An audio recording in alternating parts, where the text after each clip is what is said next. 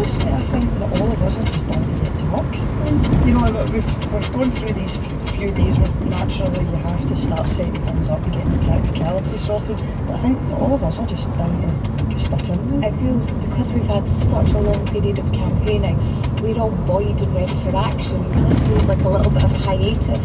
And even next week there's a swearing in and the election of the Speaker. Almost feels like another week of waste in terms of adhering to tradition.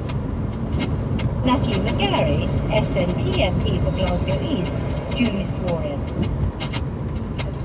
Sincerely and truly declare and affirm that I will be faithful and bear true allegiance to Her Majesty Queen Elizabeth, her heirs and successors, according to law. Very much. So you tweeted about that. You said as long as in your heart and your head you believe sovereignty lies with the people, doesn't matter what comes out of your mouth. Well, that's probably going to haunt me in terms of people saying, are you telling the truth? But actually, what they took out was the context of one of my very best friends had messaged me to say I'm a better Republican than you. So it was a personal conversation that unfortunately being elected means that nothing is any longer personal. One of Natalie's new SNP colleagues is a man who was a supporter of the Labour Party for many years. Tommy Shepherd represents Edinburgh East. So tell me a little bit about your background, which I'd say isn't the most conventional for an MP. No, I guess not. Well, I'm coming into Parliament at 56 years old, so I suppose a few other brothers in their 50s as well. So we've done a few things before we got here. We can't accuse us of being career politicians or whatever. And I've done a lot of things as well. Yeah, I mean, I was a master chef, you know, so I've done some broadcast stuff before.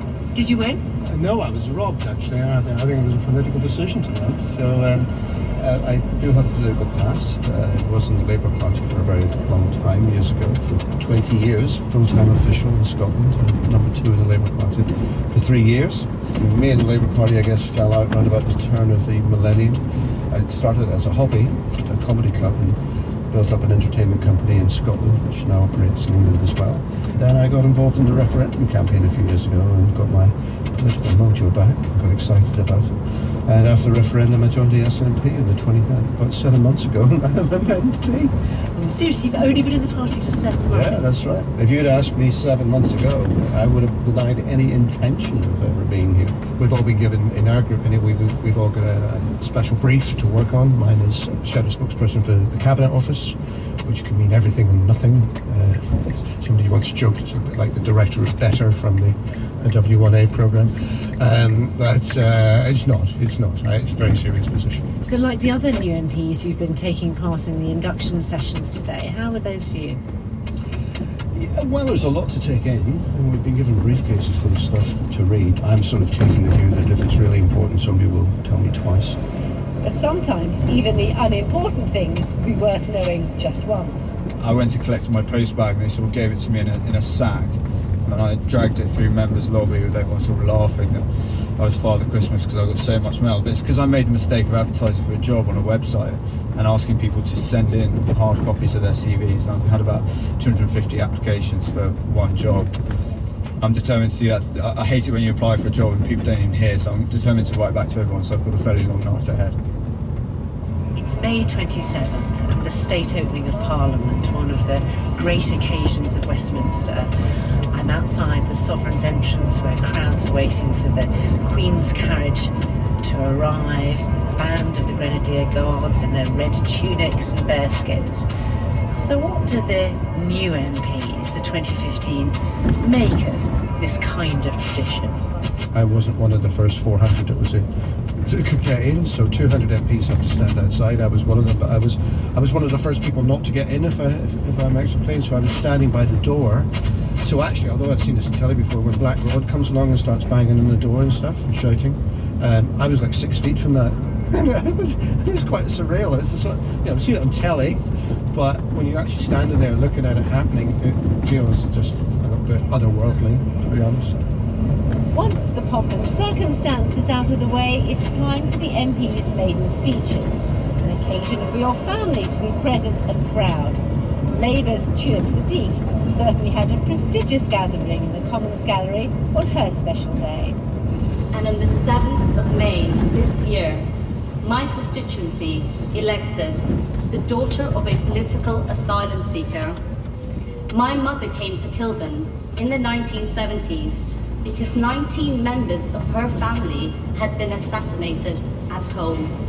My mother and my aunt were the two surviving daughters of the founding father of Bangladesh, and I'm pleased to say that they are here in the chamber today listening to my maiden speech.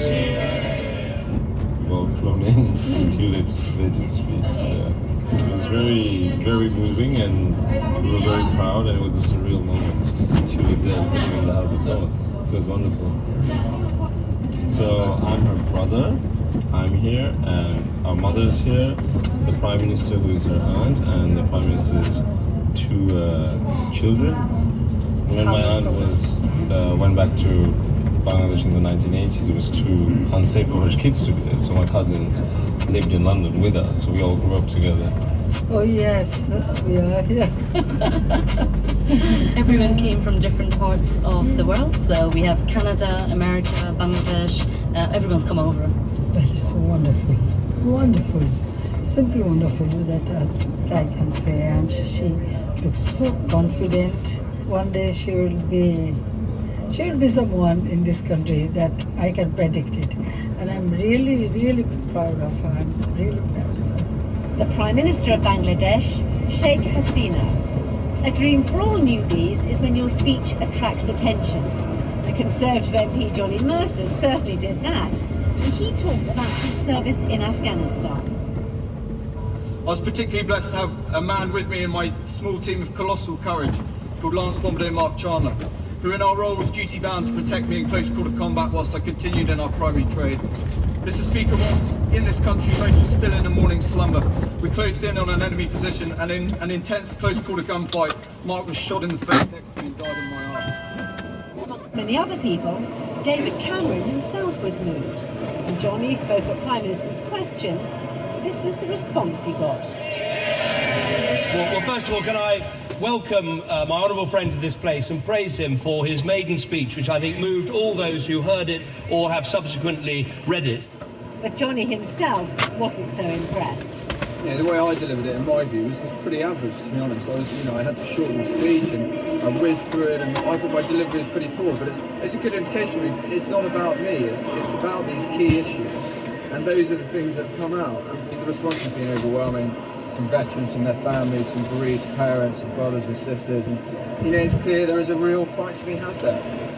Catching the Speaker's eye, staking your claim on seats in the chamber, there are plenty of strict rules. The first few weeks in Parliament have proven to be quite lively. There's a fairly well-established system. Seems to be a fairly intense fight between the SNP and Labour for the other side of the chamber.